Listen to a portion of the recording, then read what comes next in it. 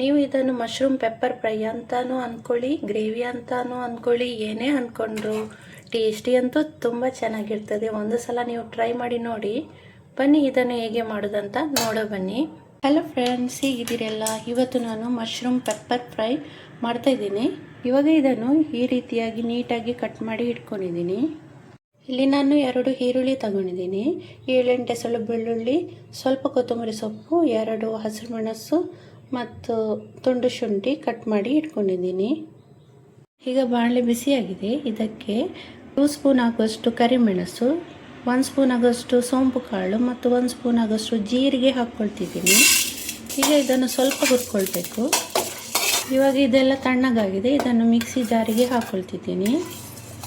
ಇವಾಗ ಇದನ್ನು ಪುಡಿ ಮಾಡಿಕೊಂಡು ಇಟ್ಟಿದ್ದೀನಿ. ಇದೇ ಬಾಣಲೆಗೆ 3 ಸ್ಪೂನ್ ಆಗುವಷ್ಟು ತುಪ್ಪ ಹಾಕ್ಕೊಳ್ತಿದ್ದೀನಿ. ಇದಕ್ಕೆ ಈರುಳ್ಳಿ ಹಾಕ್ಕೊಳ್ತಿದ್ದೀನಿ. ಈರುಳ್ಳಿ ಎಲ್ಲ ಬ್ರೌನ್ ಕಲರ್ಗೆ ಬಂದಿದೆ, ನೋಡ್ತಾ ಇರ್ಬೋದು. ಇಷ್ಟು ಬ್ರೌನ್ ಆದರೆ ಸಾಕು. ಇಲ್ಲಿ ಸಣ್ಣಗೆ ಹೆಚ್ಚಿದ ಶುಂಠಿ ಮತ್ತು ಬೆಳ್ಳುಳ್ಳಿ ಹಾಕ್ಕೊಳ್ತಿದ್ದೀನಿ. ಇದನ್ನು ಹಾಗೆ ಹಸಿ ವಾಸನೆ ಹೋಗೋ ತನಕ ಫ್ರೈ ಮಾಡ್ಕೊಳ್ಬೇಕು. ಇದಕ್ಕೆ 2 ಹಸಿರು ಮೆಣಸು ಹಾಕ್ಕೊಳ್ತಿದ್ದೀನಿ. ಈಗ ಇದಕ್ಕೆ 2 ಸ್ಪೂನ್ ಆಗುವಷ್ಟು ಕೊತ್ತಂಬರಿ ಪೌಡ್ರ್ ಹಾಕ್ಕೊಳ್ತಿದ್ದೀನಿ.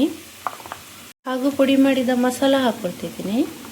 ಇದನ್ನು ಸ್ವಲ್ಪ ಹುರ್ಕೊಳ್ಬೇಕು. ಈಗ ಇದಕ್ಕೇನೆ ಕಟ್ ಮಾಡಿ ಇಟ್ಕೊಂಡಿದ್ದ ಮಶ್ರೂಮ್ ಹಾಕ್ಕೊಳ್ತಿದ್ದೀನಿ. ಅರ್ಧ ಲೋಟ ಆಗುವಷ್ಟು ನೀರು ಹಾಕ್ಕೊಳ್ತಿದ್ದೀನಿ.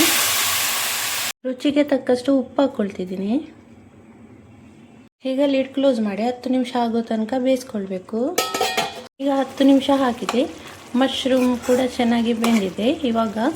ಈಗ ಒಂದು ಸಣ್ಣ ಪೀಸ್ ಆಗೋಷ್ಟು ಲಿಂಬೆಹಣ್ಣಿನ ರಸ ಹಿಂಡ್ಕೊಳ್ತಿದ್ದೀನಿ. ಕೊನೆಯಲ್ಲಿ ಸ್ವಲ್ಪ ಕೊತ್ತಂಬರಿ ಸೊಪ್ಪು ಹಾಕ್ಕೊಳ್ತಿದ್ದೀನಿ.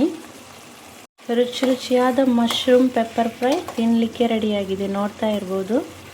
ಈ ನನ್ನ ರೆಸಿಪಿ ನಿಮಗೆ ಇಷ್ಟವಾದಲ್ಲಿ ಲೈಕ್ ಶೇರ್ ಮಾಡೋದನ್ನು ಖಂಡಿತ ಮರಿಬೇಡಿ. ಮತ್ತು ನನ್ನ ಚಾನಲ್ಗೆ ಸಬ್ಸ್ಕ್ರೈಬ್ ಆಗಿ. ಮುಂದಿನ ಹೊಸ ರೆಸಿಪಿಯೊಂದಿಗೆ ಭೇಟಿಯಾಗೋಣ. ಅಲ್ಲಿ ತನಕ ಬಾಯ್.